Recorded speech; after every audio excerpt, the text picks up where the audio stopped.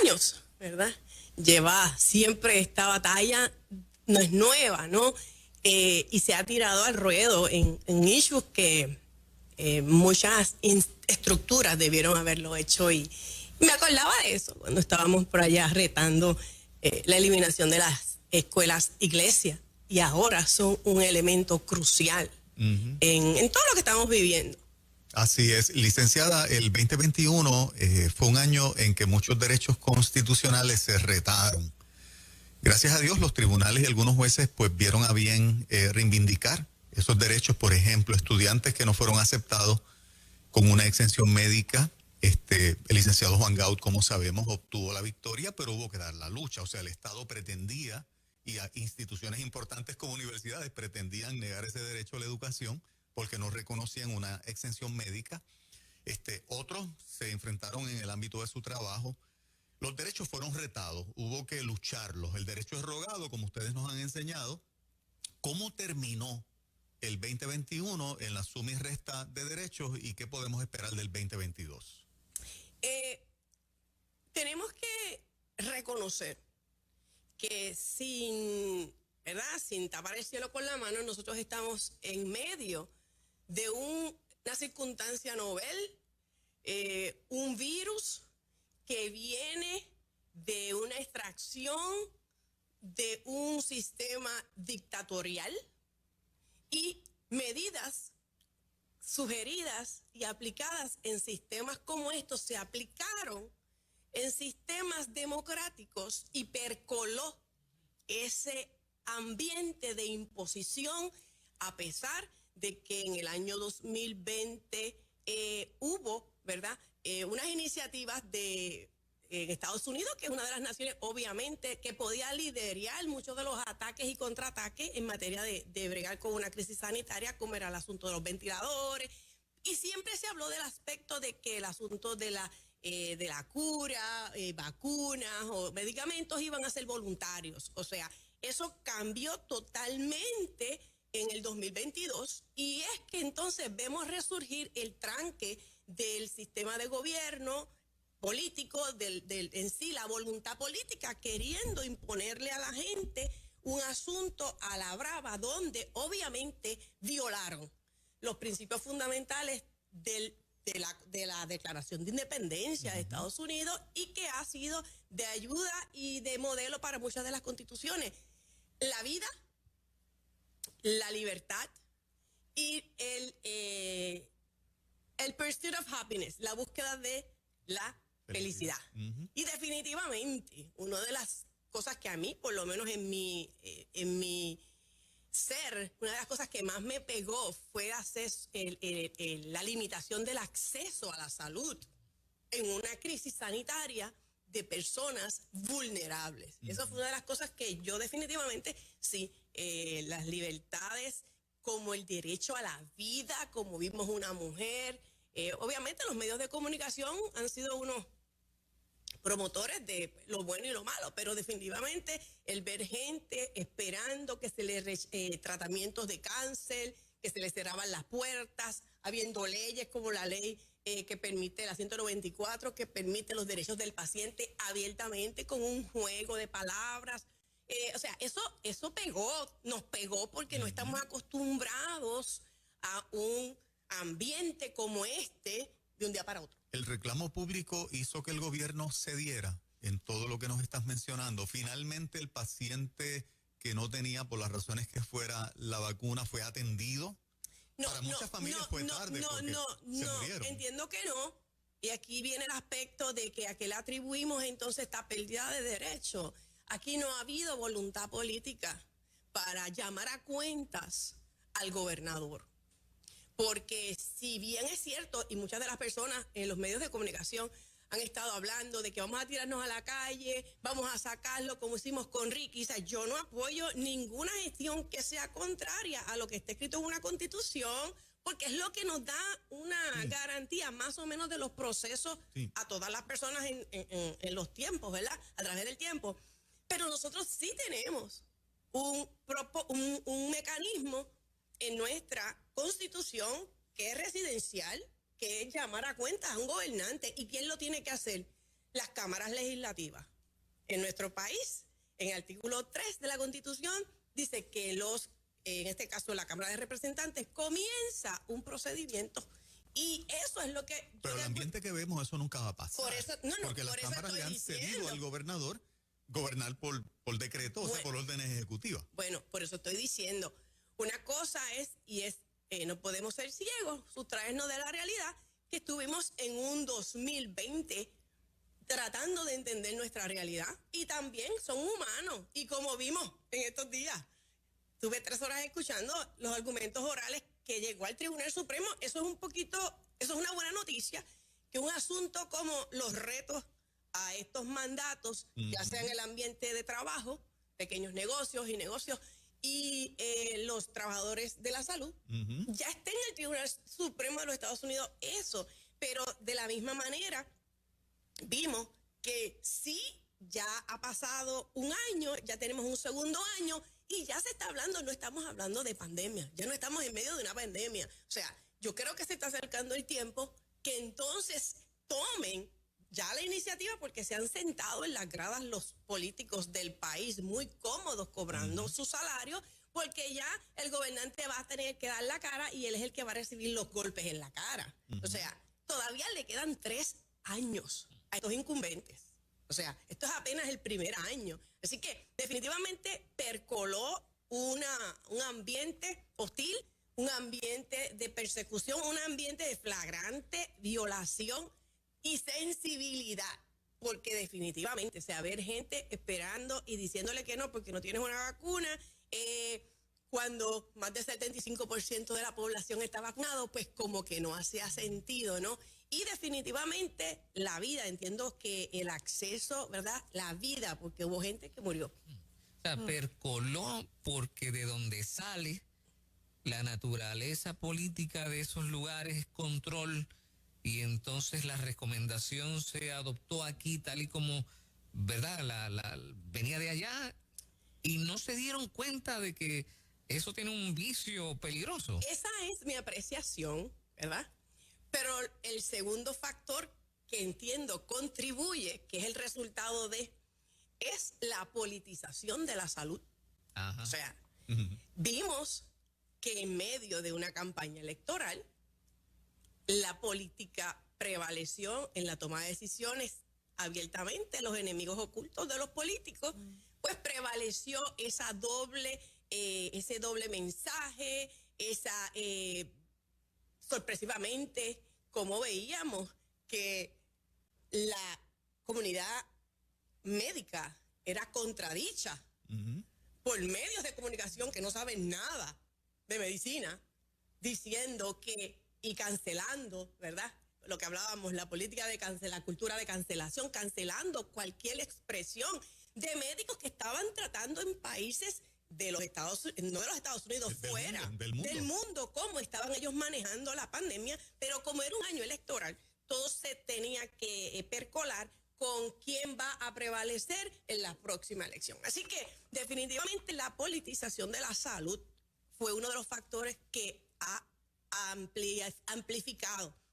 Estamos viviendo en una sociedad de derechos menguados. Sí. Si yo digo eso categóricamente, que no soy abogado, usted sí estaría haciendo una afirmación correcta. Definitivamente. Y lo más triste de esto es que vuelvo y reseño un poco a las vistas del Tribunal Supremo, que hace 2 o 3 días se estaban llevando a cabo el debate que vimos de los primeros juristas del mundo, porque no podemos decir que no. Estados Unidos se convierte en un referente para decisiones que van a trabajar muchos países, porque obviamente 50 y pico de territorios o estados juntos analizando y viendo, ya cuando percola arriba es porque tienen una idea más o menos de que es una crisis.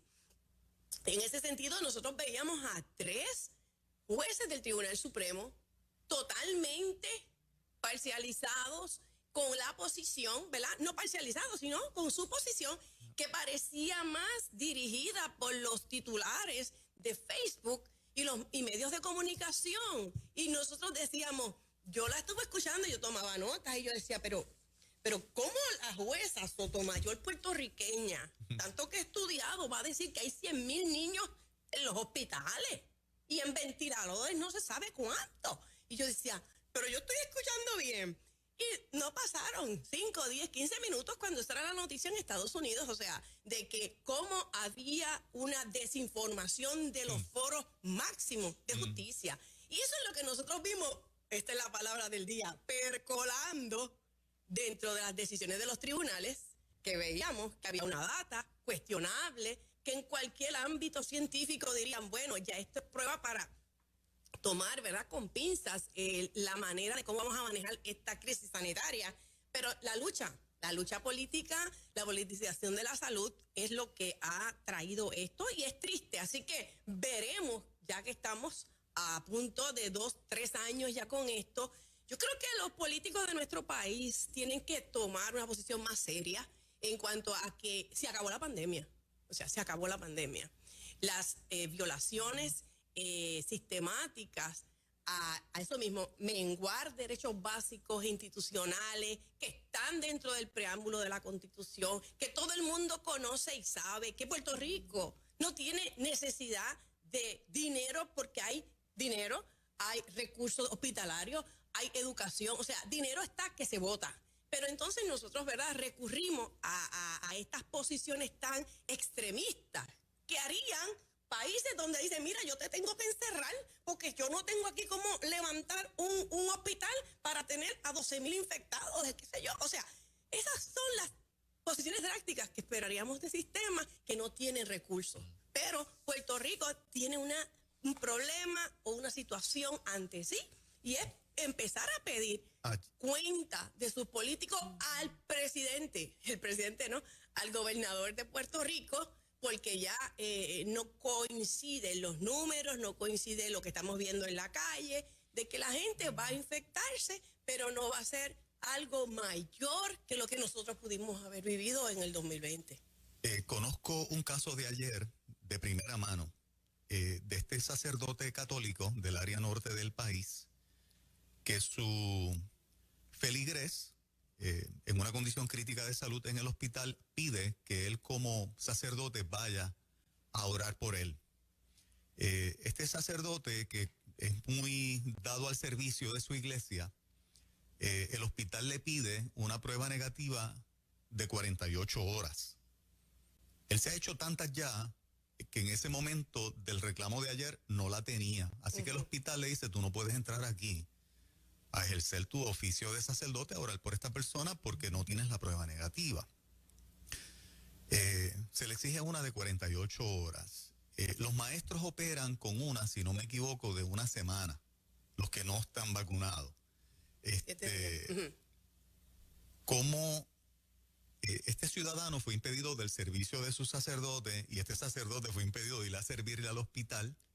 Eso fue ayer, porque no tiene la prueba y entonces está tan cansado de hacérsela que la pregunta es, ¿tiene que hacérsela y un hospital, o sea, aplica la orden de Pierluisi? Porque este es el caso del sacerdote que yo estoy citando, me reservo el nombre porque todavía él quiere proteger que la institución no le ha dado permiso para hablar públicamente del caso, pero le puede pasar a un pastor evangélico. Que por la razón que sea no tenga la vacuna y tampoco pueda ir a ninguna facilidad hospitalaria a su oficio de pastor. ¿Esto es una violación de derechos o cómo se vería esto? No, en este momento no lo veo porque ¿cuáles son las otras opciones? El hospital podría decirle y ofrecerle a esta persona servicios de capellanía, servicios, o sea, si son los santos óleos, ¿verdad? Como sea la práctica. Porque en este momento, obviamente, los hospitales son unos lugares que son los que están en el mismo centro de la vorágine, del problema. Estoy hablando de este momento porque, bueno, por lo que estamos escuchando y por lo que estamos escuchando en la radio y la televisión, estamos viendo que hay una capacidad bastante reducida de enfermeros, de gente de hospital. O sea, ellos van a tratar de tomar una medida y parecería irrazonable, pero creo que si hay la alternativa y hay otro pastor o otro sacerdote que me imagino que en Puerto Rico puede ser que lo haya, yo creo que esa es la opción que debe prevalecer. Hago la pregunta porque que se me exija a mí como sacerdote una prueba de 48 horas cuando el Estado, el mismo Estado que protege la salud y establece una orden ejecutiva, le permite a otro funcionario, cualquiera, otro ser humano, tener una prueba de una semana. ¿Por qué a mí una de 48 horas? Este sacerdote podía tener una prueba de 5 días. Lo único que ya está en el día 4, no está dentro de las 48. Sí, pero volvemos. Me explico, o sea, sí, me explico. Pero es el... No es un doble estándar. Como diríamos en derecho, tendríamos que tomar en cuenta el foro. El foro. No es lo mismo que tú estás hablando de un ambiente de escuela y estás hablando de esta situación en un hospital. Y te lo digo porque lo he escuchado, por lo que yo escucho, porque los tribunales, dice la palabra, los tribunales dicen las decisiones, ¿verdad? Que no son gente que están ajenas a lo que está pasando y no creerían algo que otro no creería. O sea, no creerían ni decidirían algo que una gente normal y corriente no decidiría. Y estamos escuchando que hay una gran cantidad de enfermeros y gente contagiada por el hecho de que están enfermos y no están yendo a trabajar, la cantidad. Hay solamente la mitad de camas, me imagino, camas que tienen que ver con el área de intensivo, ¿verdad? Pero yo leí hace como un año que había 9,000 camas en Puerto Rico para manejar el asunto de la crisis. Así que me imagino que cuando se referían en estos días a la comunicación ayer, escuchamos al secretario de Salud hablando de que estaban a 50 o casi al 50 de capacidad, serían las áreas de intensivo. Así que volvemos, si estamos en un área, volvemos. Yo pensaría que hay que hacer un escrito, hay que escribirle a la persona que necesita y porque piensa que es que ese es mi pastor o ese es mi cura o ese es mi sacerdote, ese es el que yo tengo confianza, yo no quiero coger a otro en este momento último de mi vida y plantear el hecho de que si la persona está en intensivo o si no está en intensivo está ¿verdad? En la corriente regular de las camas, no sería entonces tanto el hecho de poder permitirlo como una excepción, ¿verdad? Pero volvemos, la persona tiene que articular su posición, porque aquí estamos especulando de por qué ese es el único que lo puede atender. Y es lo mismo que hemos hecho en instituciones cuando planteamos y escribimos, representamos gente con sus patronos, de por qué a ellos había que darle una exención religiosa. En el caso de muchos lugares, farmacéuticas, lugares que tenían que ver con agencias de salud, bancos, o sea, todas las concedieron, pero fueron de alguna manera descartadas de primera intención. O sea, hubo que articularle el porqué. Y eso está en su récord. Ellos se están tratando de cuidar también de reclamaciones. Se politizó la salud y por lo tanto como resultado se convierte la salud en una especie de poder político y hay entonces algunas figuras médicas hablándole al oído al gobierno cuál es la política que debe implementar y entonces tenemos dos clases de políticos. Tenemos dos clases de políticos, tenemos dos clases de abogados, tenemos dos clases de doctores. Eso es lo que ha ocurrido. O sea, porque se politizó la salud. ¿Y quién quiere cargar en sus hombros con que dejaste morir a 500,000 personas que pudieron haber vivido? O sea, ese era el argumento en la política pública, en la política partidista. Así que nos subsumió, ¿no? Lamentablemente eso. Y nosotros volvemos. Sí se menguaron, sí se perdieron, sí se socavaron y se erosionaron derecho a la vida, derecho a la libertad y derecho a disfrutar de la vida en paz. Porque ahora mismo tenemos dos circunstancias. La gente está muy temerosa. Sí. Temerosa de hacer, temerosa de compartir, temerosa temerosa. Como estuvimos escuchando un panelista que decía, claro, todas las etapas de tu vida fueron reguladas y siguen siendo reguladas porque nadie quiere estar muriendo.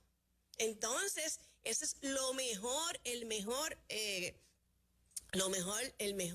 ¿cómo le dice? Gasolina al fuego que tú le puedes echar primero Porque ¿quién va a sobrevivir en esta? Bueno, los medios de comunicación viven de esto, del escándalo, del miedo, de qué va a pasar mañana, y todos los días tienen una noticia nueva, aunque sea de hace 2 años, que hacen el recuento cuando se les acaban. Así que, de alguna manera, o sea, la gente tiene que tomar esto en sus manos. En sus manos quiero decir es que tienen que ya tomar las decisiones, y hace tiempo, suena duro, pero hace tiempo que sabíamos que el gobierno busca, obviamente, ¿quién? Las personas que no los van a adorar a ellos.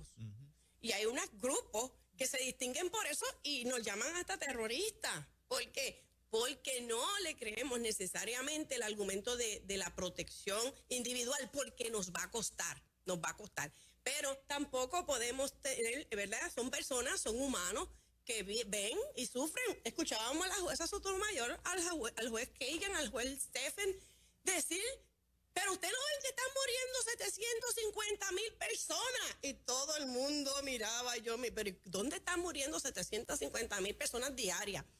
O sea, infectadas, puede ser que él quiso decir. El punto era que la retórica de ellos era, tú no ves que estamos en medio de una crisis.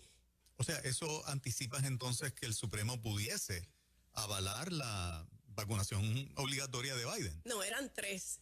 Pero el resto de los 9 estaban como, espérate una cosa, el juez Roberts, decía el presidente, el juez Alito estaba con él, estaba el juez Thomas, son conservadores, aún la jueza Amy Coney Barrett y Gorsuch estaban en las de que, primero el presidente decía, pero espérate, esto no sería un asunto, ¿tú no crees que nosotros nos estamos metiendo en un asunto? Porque están hablando de OSHA, de que si era responsabilidad de nosotros meternos en un asunto que debería estar hablándose en el Congreso y no aquí. O sea, no estaríamos nosotros rebasando un lindero. Muy interesante las preguntas que se hacen. También estaban diciendo, otra de las preguntas en asunto del federalismo, 2 preguntas grandes que están haciendo. Esto no es un asunto que se supone que lo estén manejando los estados. O sea, y ahí viene el problema. Si nos toca un estado como tenemos a Pierluisi, tenemos, o sea, puede tener la vara de 2 filos. Sí. De alguna forma, ellos, para mí, y es la impresión que nos llevamos y la gente que está comentando, ellos están más pendientes o más inclinados por lo que vimos, por el argumento, como que no le... de que el mandato a los comerciantes puede ser una extralimitación de federal. Pero el otro, que eran 2 casos que se bifurcaron, que era de los trabajadores de la salud, entienden que lo más probable sí puede pasar el rigor y que se regule la manera de que ellos tengan que vacunarse. La gente que trabaja en los hospitales, la gente que trabaja en el servicio, todos los servicios profesionales de la salud. Así que esos son del montón de estados que fueron. Y los casos que fueron en los circuitos y el stay y el injunction que había, hubo solamente 2 que ellos aceptaron. Se espera que más antes que después. Pero el problema lo tenemos localmente. Esa decisión es inminente, ya nos queda solamente un minuto. Sí, es inminente. Es inminente, o sea, el Supremo no puede tomarse un mes en decidir esto. Bueno, el Supremo puede tomarse hasta junio para decidir, pero los argumentos eran muy de las 2 partes. Es un auxilio que se está pidiendo para ahora. Sí, yo creo que ellos estaban tratando y le preguntaban hasta el gobierno, ¿usted cree que si nosotros hacemos un stay, ¿verdad? Un pare, un injunction de que siga, como quien dice, el stay, porque está paralizado, ¿ustedes estarían de acuerdo? Y ellas pues no querían contestar porque trataba de decir, es que es inminente, es que aquí hay un problema, es que hay una crisis. Entonces, el juez Roberts decía, bueno, pero es que hay una crisis. ¿Hace cuántos meses fue que se hizo esa orden? Porque los otros 3 que querían, ¿verdad? Que esto es una crisis, que se está muriendo todos los días, que hay un montón de niños. Ellos dicen, bueno, pero ya para este entonces.